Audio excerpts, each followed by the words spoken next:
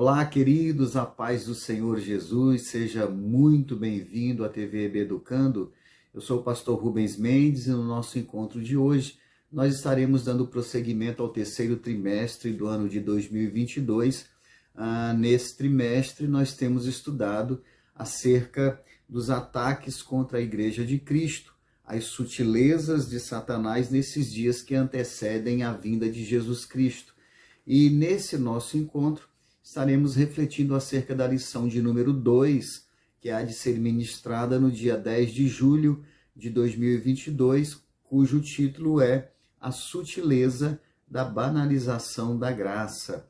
Então, nós temos percebido aí na semana passada, na lição 1, vimos de uma forma panorâmica, né, acerca das áreas aí, das diversas áreas que o nosso adversário tem imprimido os seus ataques contra a Igreja do Senhor, e além dessas áreas que serão abordadas nesse trimestre, existem outras, há uma infinidade de estratégias, de investidas do inimigo contra a Igreja do Senhor. Nós podemos perceber que no que diz respeito aos ataques de Satanás para a sociedade, né? Tirando aí a questão da igreja, a vida da igreja, mas os ataques diretamente à sociedade, nós temos visto que eles estão sendo assim abertos, né? Sem qualquer tipo de sutileza. Mas quando se refere aos ataques diretos contra a igreja, o nosso adversário precisa se valer de sutilezas, porque a igreja ela é habilitada, ela é dotada pelo Senhor com uma capacidade de fazer uma leitura espiritual, além da leitura meramente natural. A igreja, pelo poder de Deus, consegue enxergar as manobras ardilosas de Satanás. Então ele precisa ser bastante sutil se ele quiser lograr algum êxito, né, nas suas investidas. E aí nós vamos, aí, durante esse trimestre, nós vamos pontuar aqui algumas estratégias, algumas formas de atuação do nosso adversário no sentido de perturbar, né, a vida da igreja. Embora saibamos que, no que diz respeito à igreja, nós somos a menina dos olhos de Deus, o Senhor cuida da sua igreja, e por mais que o inimigo se levante, a vitória já foi declarada a nós, para a glória de Deus.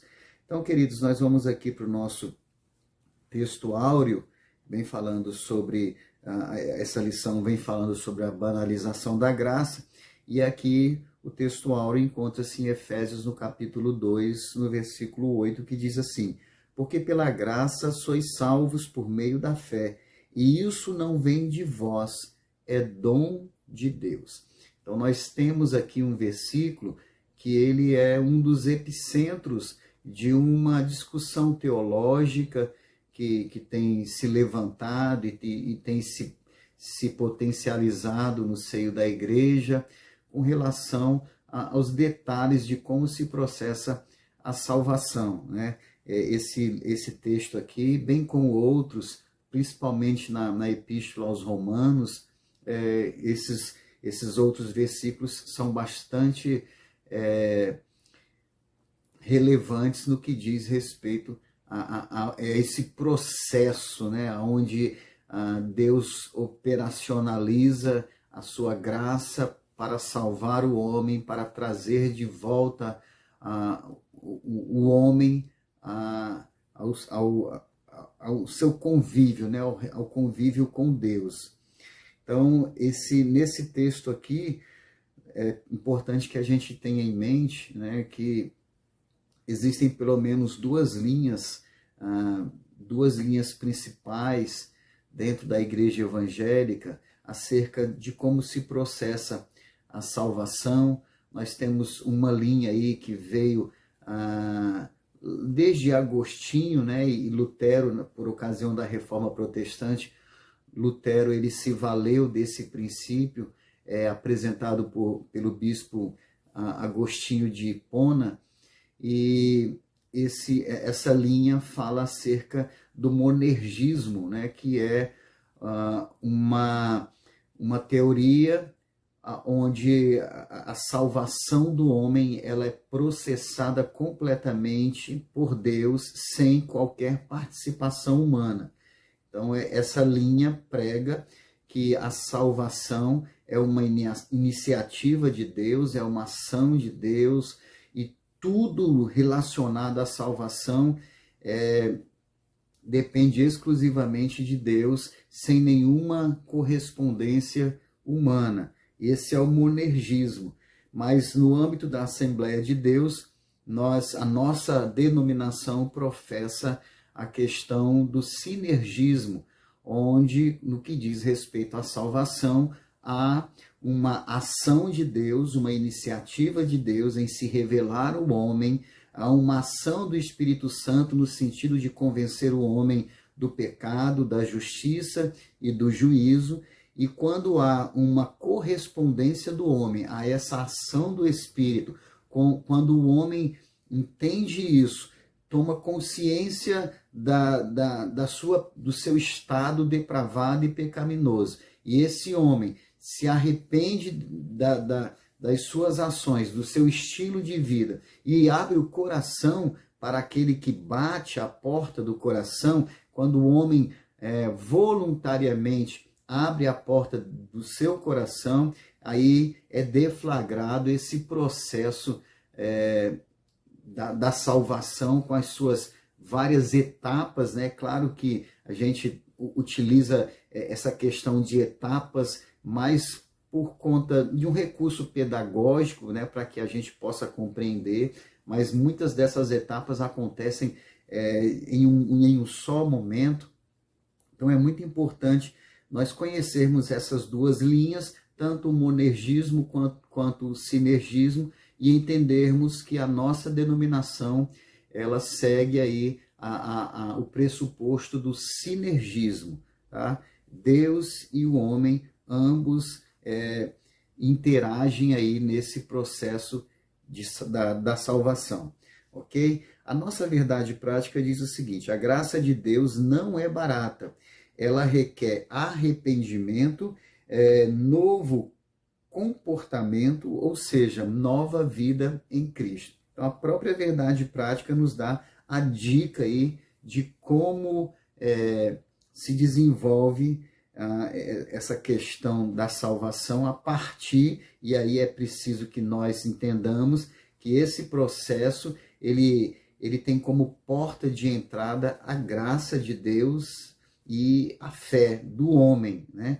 Então, a partir dessa interação da graça de Deus e a fé correspondente do homem, abre-se a porta da salvação, e aí entram em cena a questão da expiação, na vida dessa pessoa, né? A questão da expiação, da regeneração, justificação, santificação, não necessariamente nessa ordem, mas apenas para pontuar aqui algumas coisas que acontecem nesse processo de salvação. E aí nós temos a questão de uma doutrina, né? Dentre as várias doutrinas que nós temos a soterologia, que é a doutrina que estuda os pontos da salvação. E nós então entendemos que a graça, por fazer parte como um dos pontos basilares da salvação, nós compreendemos então o porquê da intenção de Satanás atacar as bases dessa doutrina, a doutrina da salvação, e em especial aqui um dos pilares fundamentais, que é a graça. Quando o diabo ataca essa questão da graça, no sentido de que o homem passe a banalizá-la, o que vai acontecer, o que vai suceder por conta dessa banalização é um prejuízo, é uma desconstrução de algo, né, que para se viabilizar tem que estar devidamente bem colocado. Então, quando o inimigo trabalha com as suas sutilezas, no sentido de fazer com que a graça seja banalizada e o ser humano não consiga compreender devidamente o que ela significa, existe a possibilidade, então, dessa pessoa, ao entrar pela porta da salvação, que conduzirá a uma reconciliação com Deus, a um viver na presença de Deus, essa pessoa ela pode pegar algum atalho e ir por um outro caminho e acabar lá na frente entendendo que, embora quisesse ser achado e se achar, acabou se perdendo, né? Se perdendo aí nesses caminhos estranhos por conta dos embaraços que Satanás procura colocar na vida da igreja. Então é muito bom, muito importante que tenhamos consciência e compreendamos, né, de uma forma bem clara essas bases doutrinárias, porque quando nós conhecemos o que é verdadeiro, aquilo que nos é falsamente apresentado é rapidamente detectado ou identificado, ok? Vamos aqui para a nossa introdução. Queria pensar aqui alguns pontos do texto dos comentários, né? A introdução diz assim: não há dúvidas de que nos últimos anos os cristãos têm demonstrado maior interesse em conhecer melhor a doutrina da graça. Nesse sentido, pode-se dizer que há um despertar da graça. E nós não precisamos nos esforçar muito para vermos o quanto tem sido trabalhado, né, essa temática da graça nas ministrações, nos sermões. Nós temos visto aí muito ser falado nos vários ambientes denominacionais, dentro da Assembleia de Deus, mas também em outras denominações. Temos visto de uma forma recorrente o tema da graça sendo trabalhado, as pessoas interessadas em conhecer um pouco mais a fundo, e isso se dá por vários motivos, né? Dentre esses vários motivos, nós podemos destacar uma onda de religiosidade, né, que nos antecedeu aí alguns anos atrás. Nós tínhamos, a igreja estava muito impactada com essa questão da religiosidade, com a observação de alguns fundamentos, de alguns princípios, que embora tenham a sua relevância, mas não são fundamentos relacionados à salvação. Então, a questão de costumes, né, os bons costumes sempre foram e continuarão sendo saudáveis para a vida de um crente, mas é muito importante ter a consciência de que não são os costumes os fundamentos básicos para a salvação, né? Não são necessariamente os costumes. Os costumes advêm já de um processo, né? Os costumes, eles decorrem já de uma vida que foi salva, que foi santificada, e aí que essas coisas se manifestam, e não, elas não são um requisito para a salvação. Então, de certa forma, essa religiosidade que trazia para a igreja uma espiritualidade mais rasa e superficial, essa religiosidade ela está sendo bastante confrontada com a questão do conhecimento da graça verdadeira, da graça que liberta, da graça que nos coloca na direção certa, né? Louvado seja Deus. Então, esse aí é um dos motivos que tem levado as pessoas a se interessarem, né, por conhecer a graça, esse despertamento da graça. Mas há também uma ação do Espírito Santo nesse sentido, para que a igreja ela tome conhecimento daquilo que realmente importa, né?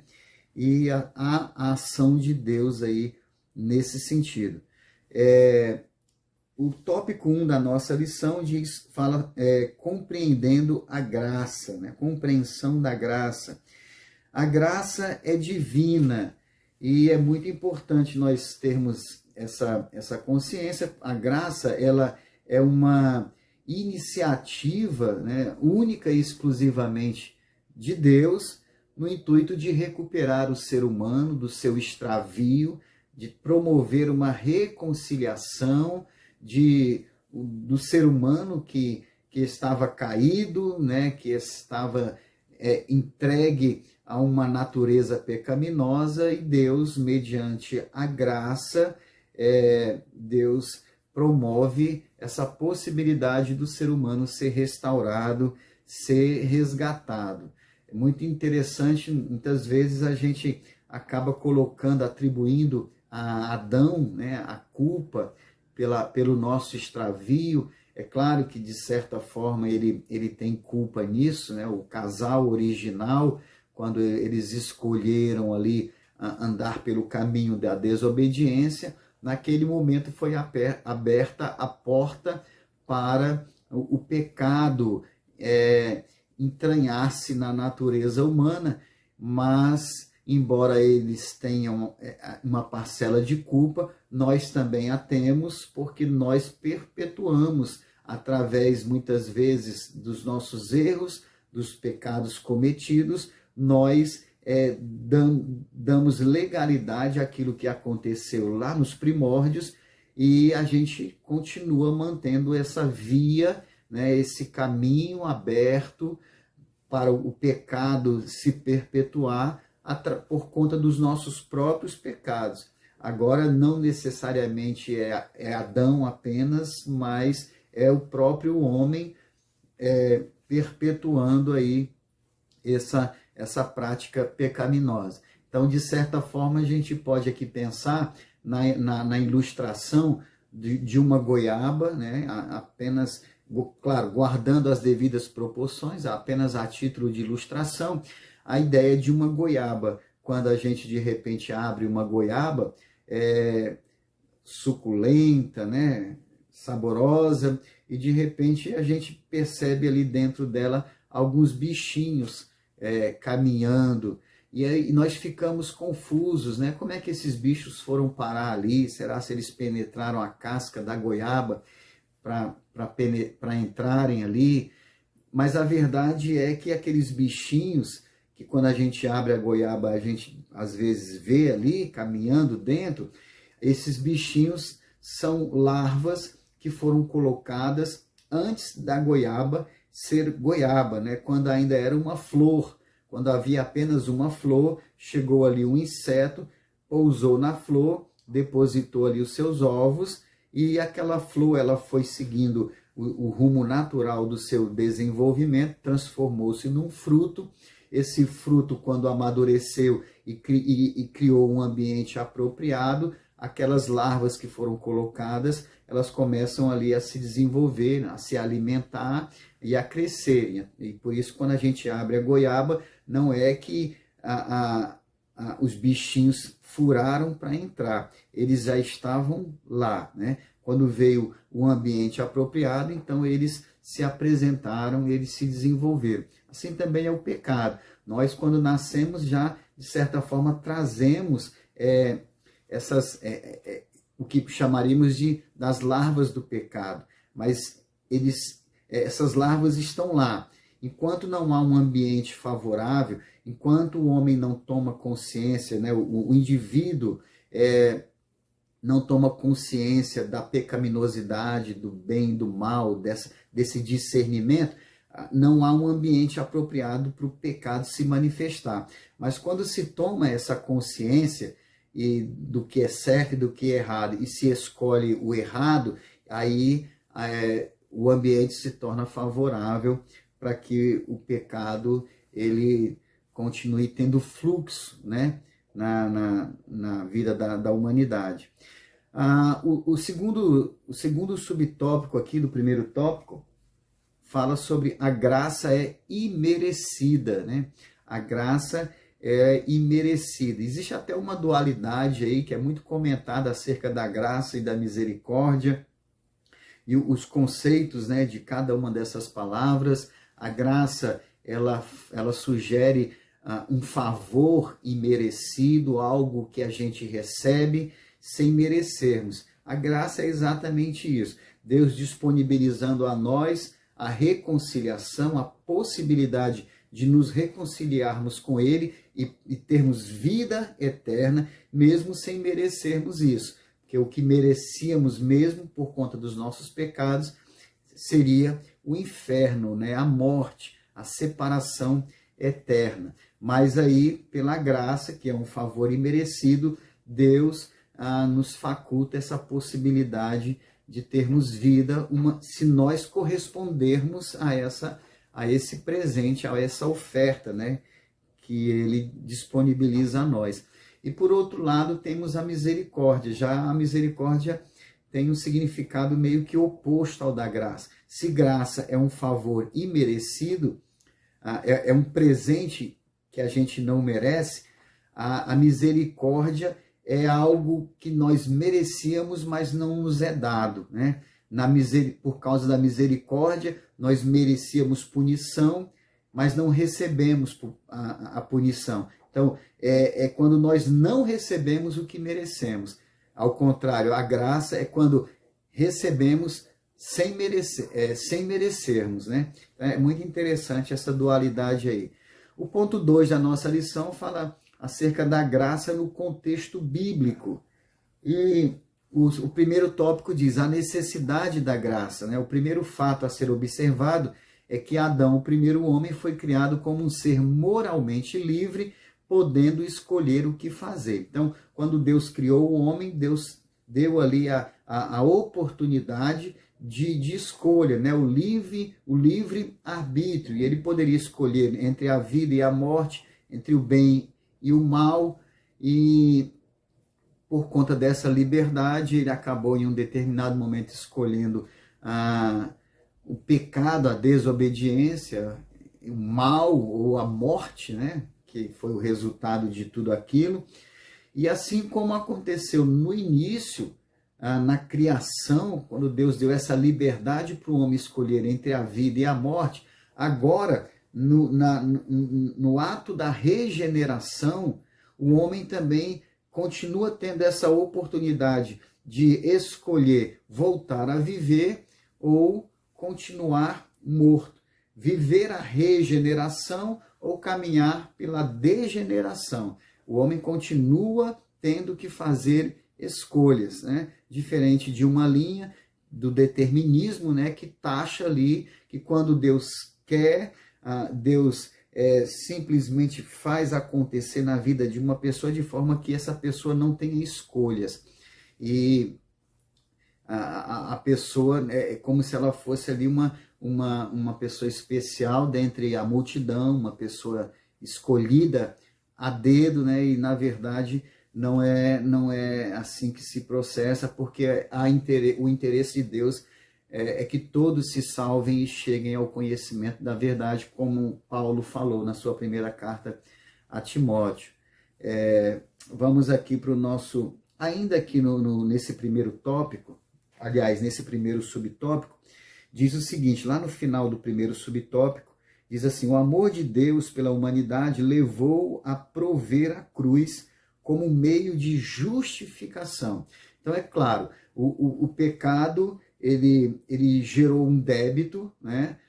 E Deus, por ser justo, o justo juiz, o erro do homem gerou, por assim dizer, uma demanda judicial entre Deus e o homem. Então, uma pena precisava ser imposta por conta do erro. Deus, sendo justo, ele não podia se furtar a que essa pena fosse ministrada, né, ou administrada sobre o homem. Então, essa pena ela estava diretamente relacionada com a morte. O salário do pecado é a morte. E Deus ele não poderia ser injusto com relação à sua própria justiça, né? Ele precisou levar a bom termo aí, mas e aí, por conta da graça, né, do seu perfeito amor, do seu infinito amor, ele viu um meio de fazer com que a humanidade pudesse quitar essa dívida com ele, né, por conta do erro.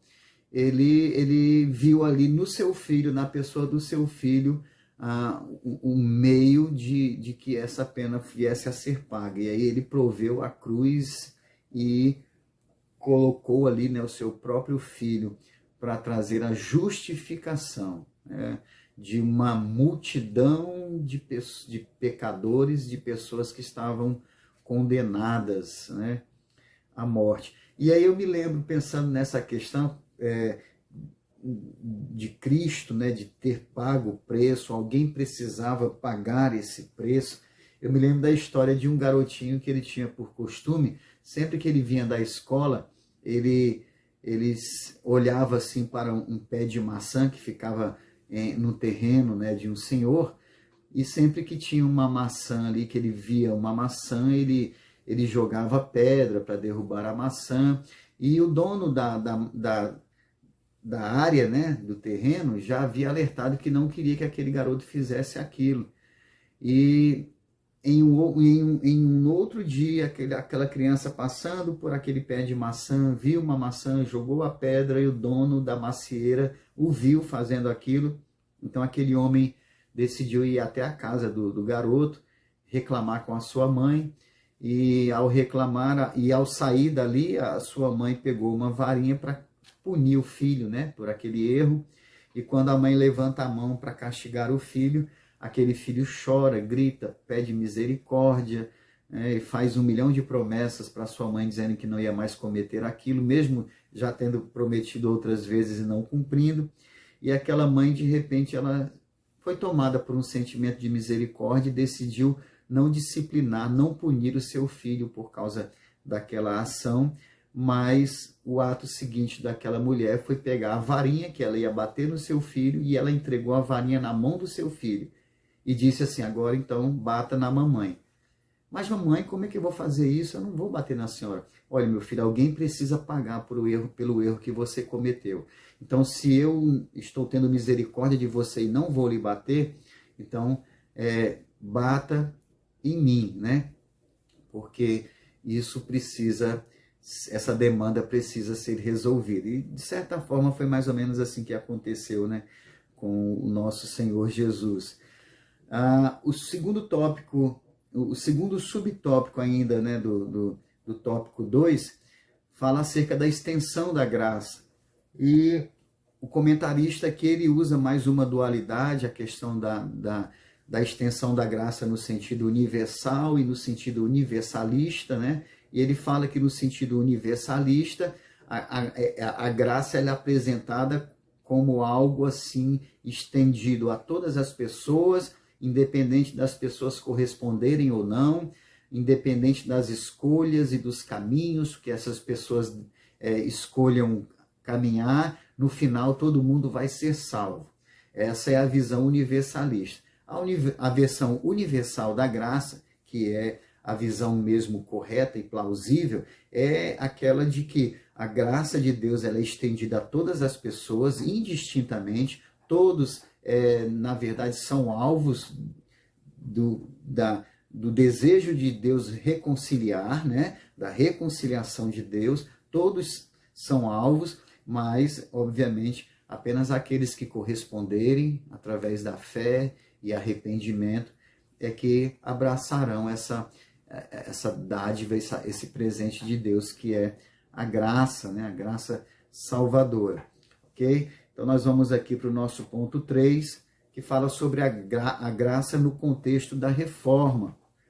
Então, nós tínhamos aí naquele ambiente, um pouco antes da reforma protestante, uma profunda corrupção na doutrina da graça, né? Um entendimento muito errado, muito voltado para a questão da salvação ser viabilizada através do mérito humano, dos feitos humanos, às vezes até através de indulgência, né? Pagando ali pelo direito aos céus. Então, havia uma deturpação muito grande, uma banalização. Já naqueles dias havia a banalização. Então, Lutero se levantou contra isso, procurando apresentar mesmo as bases dessa doutrina, que, diferentemente de qualquer meritocracia, né, humana, ela era uma iniciativa de Deus.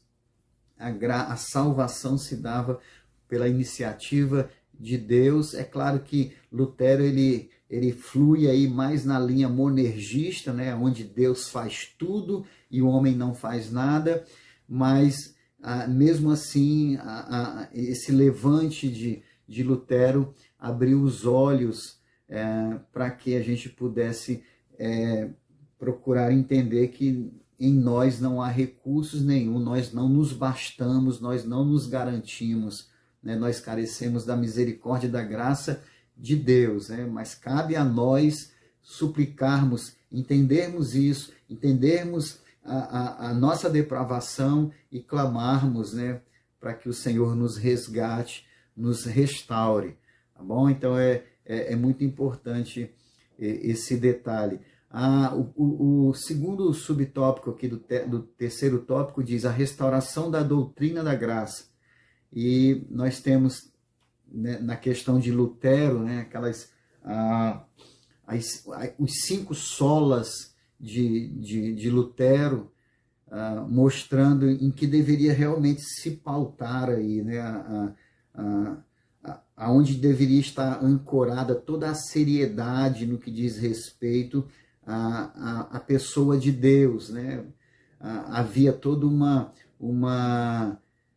diversidade ali, as pessoas não valorizavam Deus como Deus realmente deve ser valorizado. Então foi apresentado os 5 solas, sola gratia, que é a salvação viabilizada apenas pela graça, não há outro subterfúgio, outro artifício humano ou de quem quer que seja, mas apenas pela graça e a graça de Deus. E tem também a sola fide, né, que é somente pela fé que essa salvação ela é operacionalizada. Lutero também levanta a bandeira do solus Christo. Essa graça ela é, na verdade, a partir de Cristo, por Cristo, né, através de Cristo, não há um outro Salvador. Lutero trabalha também sobre a questão da sola escritura, ou seja, somente a Bíblia, a palavra de Deus é a nossa regra de fé e prática, é o manual da vida, não existe anexos, né? Somente a palavra de Deus. E Lutero também trabalha com o soli deo gloria, que é a glória deve ser dada somente a Deus, né? Somente a Deus. E aí nós entramos no capítulo, no tópico 4, que fala sobre a graça no contexto contemporâneo. E aí temos aqui 2 subtópicos, a graça barateada e o valor da graça. Na graça barateada, nós temos a questão de um detalhe importante, né? A própria palavra graça, ela tem muito a ver com gratidão, né? Elas têm uma raiz aí muito intimamente relacionada, graça com gratidão. Então a graça, ela sugere ser aquela ação de Deus na direção do homem, e a gratidão sugere ser uma resposta do homem na direção de Deus. Então a graça se manifesta e a gratidão é expressada pelo homem. Mas é claro que essa gratidão do homem, por conta da administração da graça de Deus, essa gratidão, ela deve se transformar em um reconhecimento. E esse reconhecimento deve ser uma força, deve se transformar numa força geradora dentro de nós, que temos sido alvos da graça de Deus. Esse reconhecimento deve se transformar numa força que nos impulsiona a vivermos um estilo de vida que glorifique aquele que ministrou graça sobre nós e nos resgatou das trevas para o reino da luz, né? Para a sua maravilhosa luz. Então a graça, ela precisa, na verdade, ser correspondida pelo homem com gratidão. Gratidão que sugere reconhecimento. E reconhecimento que sugere um viver, né? Inclusive as obras, como resultado de todo esse processo. As obras, elas devem testificar todo esse grandioso milagre de Deus operado na nossa vida, na nossa natureza, transformando-nos em novas criaturas, né? Aqui o subtópico 2 do tópico 4 fala acerca do valor da graça. E na primeira carta de Paulo aos Coríntios, no capítulo 7, no versículo 23, diz que nós fomos comprados por um preço, né? E por um alto preço. E aí, para finalizar aqui a nossa reflexão, eu compartilho uma ilustração também, falando sobre esse preço, né? Esse processo grande e tremendo de Deus ao nos trazer de volta ao seu seio. Essa ilustração fala de um pai e de um garotinho que em um dado momento eles decidiram fabricar um carrinho de madeira, né, para aquele garoto brincar. E os dois juntos construíram aquele carrinho, e um certo dia o garoto estava brincando com o carrinho do lado de fora de casa, e ao entrar ele esqueceu o carrinho na rua, e de repente alguém passou, levou esse carrinho e foi até uma loja que vendia brinquedos já usados e vendeu ali para o dono da loja, né, aquele carrinho que havia sido encontrado na rua. E quando a criancinha foi à procura do seu carro, não conseguiu encontrar, ficou bastante triste, bastante abalado. Inclusive o pai também, porque eles tinham construído aquele carrinho com muito carinho, muita dedicação. E então o pai decidiu ir à loja comprar um outro brinquedo para pelo menos amenizar ali, né, aquela dor, aquela tristeza. E ao chegarem na loja, eles acabam vendo na prateleira aquele carrinho. E aí o garoto fala: papai, esse é o nosso carrinho, pega aí que ele é nosso, foi nós que fizemos. Alguém o roubou, alguém levou, mas ele é nosso. E o pai falou assim: não, filho, nós vamos recuperar o carrinho, mas papai vai comprar esse carrinho. Mas papai, não precisa comprar, ele é nosso. Aí o pai acabou comprando o carrinho, né? E depois o garoto: mas por que o senhor fez isso? E o pai falou: olha, filha, agora na verdade esse carrinho é 2 vezes nosso, né? Ele é nosso porque nós o construímos, nós o criamos, e ele é nosso porque nós o compramos. Então, de certa forma, é exatamente assim que tem acontecido conosco, né? O Senhor nos criou, e embora tenhamos nos extraviado, mas ele nos comprou pelo sangue do seu amado Filho. Amém, meus queridos? Que Deus continue abençoando vocês. Se tudo isso aqui foi relevante, curta, comente, compartilhe com alguém. Se inscreva também no nosso canal e nos ajude aí nessa trajetória. Forte abraço e até o nosso próximo encontro.